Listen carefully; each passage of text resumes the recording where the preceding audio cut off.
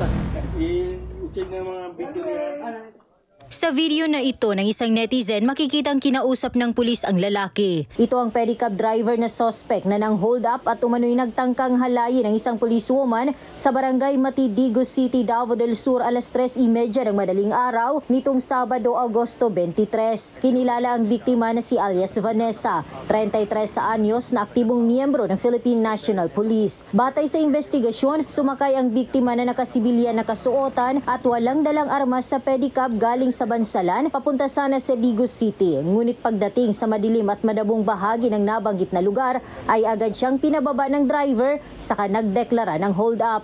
Sinubukan ng biktimang manlaban, ngunit pinukpok ng sospek ng bato ang ulo nito, kaya nawalan siya ng malay, saka naman kinuha ng sospek ang kanyang bag na may lamang pera, cellphone at mga dokumento. Agad namang nirespondihan ng otoridad ang pangyayari nang makatanggap sila ng tawag mula sa isang concerned citizen at dinala sa pagamutan ang biktima. Sa isinagawang hot pursuit operation at sa tulong ng CCTV, nahuli ang sospek sa lungsod ng Magsaysay na positibo namang kinilala ng biktima.